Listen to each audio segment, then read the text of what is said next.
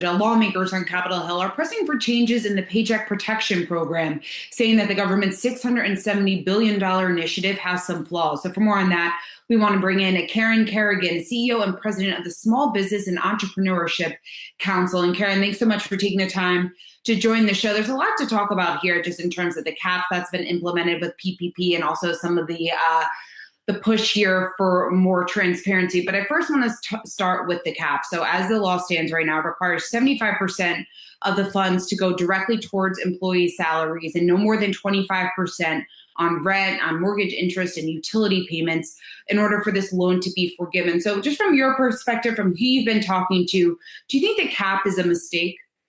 Well, I do, because it wasn't in the legislation itself. It actually came out during the rulemaking process. So, we were a little confused and very disappointed. Small business, they saw that, and it really doesn't work for a lot of different business models, having this restrictive 75-25 cap. And, at the end of the day, the intent of both to save small businesses and also save the jobs.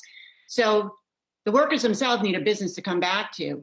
And so to have the flexibility to use that for, more of that for rent, other essential, expenses, inventory, getting the business back up and going really makes sense in order to save the business and ultimately to save the job. So we are pushing for more flexibility so that small businesses have that in terms of working with that PP loan that they have. So all of it will be forgivable as opposed to just, that 75-25 rule.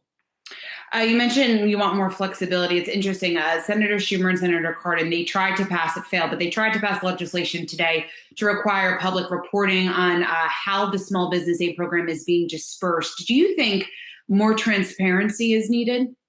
Well, I think everyone thinks that more transparency is needed. I know, Senator Rubio, the chairman of the Senate Small Business Committee, said it absolutely there needs to be more transparency in terms of, all around, right?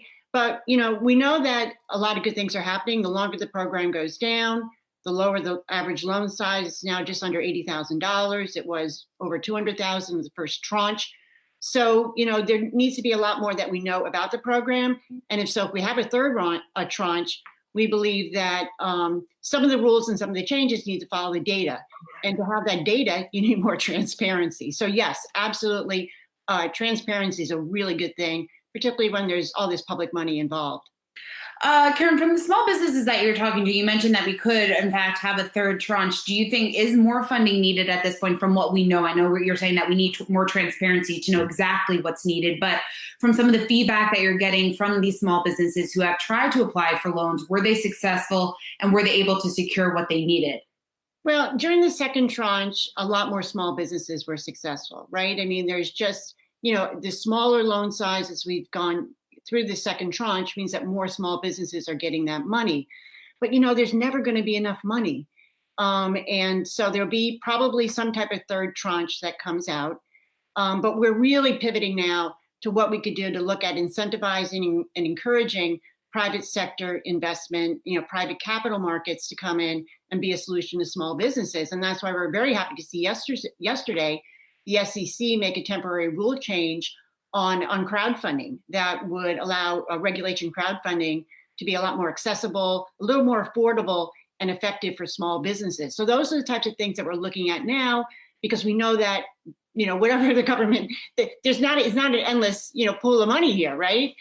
So we need to start looking at these types of incentives that are going to encourage more capital formation and capital access in the private capital markets. Karen, even though so many businesses are getting access to capital right now, there still are many that are being left in the dust that have not been able to get the help that they need at this point. When we talk about business closures and potential bankruptcies, do you expect this to be to happen on a large scale? I do. I think it's going to be pretty massive. Unfortunately, there's going to be a lot of carnage out there. I mean, we're hearing from, what were pretty healthy businesses before at the beginning of the year that they thought it was going to be their best year ever. And they just really took a lot of risk. It just put a lot on the line. This was going to be their best year ever. So many of them are saying, look, this is, at this point in time, I'm going to pull out. I'm going to still be an entrepreneur and maybe come back and do something else once this is behind us, because there's going to be a lot of opportunity in the marketplace. But there is going to be a lot of pain out there. There is right now.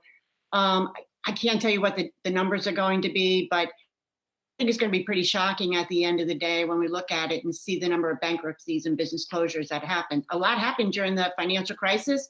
A lot more are going to happen because of the COVID-19 crisis. Karen, how about the businesses that have been able to weather this storm so far? What have they done in order to be successful up to this point? A lot of them, they had this preparedness mindset and sort of always this entrepreneurial startup mindset, even if they were 4, 5, 6 years into the business. So a lot of them are very much use technology platforms, very comfortable with social media, video, sort of all the latest technological tools in order to communicate, to outreach. They've embedded technology across their operations in terms of transactions.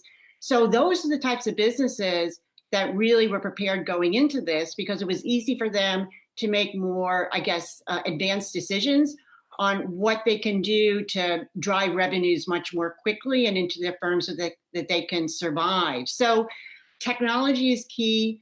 I think also looking at, sort of other problems in the marketplace that have not been met and communicating with their customers, right? Asking them what they need from them as a business in order to, again, meet those needs that may be going unfulfilled right now. So communication, technology, and just being entrepreneurs and finding other needs in the marketplace. Though that's sort of been the keys for, I would call it success at this point in time, although many of them are still having a tough period, obviously. Yeah, they certainly are. There is a long road ahead. Kerrigan, Small Business and Entrepreneurship Council, CEO and President. Thanks so much for joining us. Thank you so much.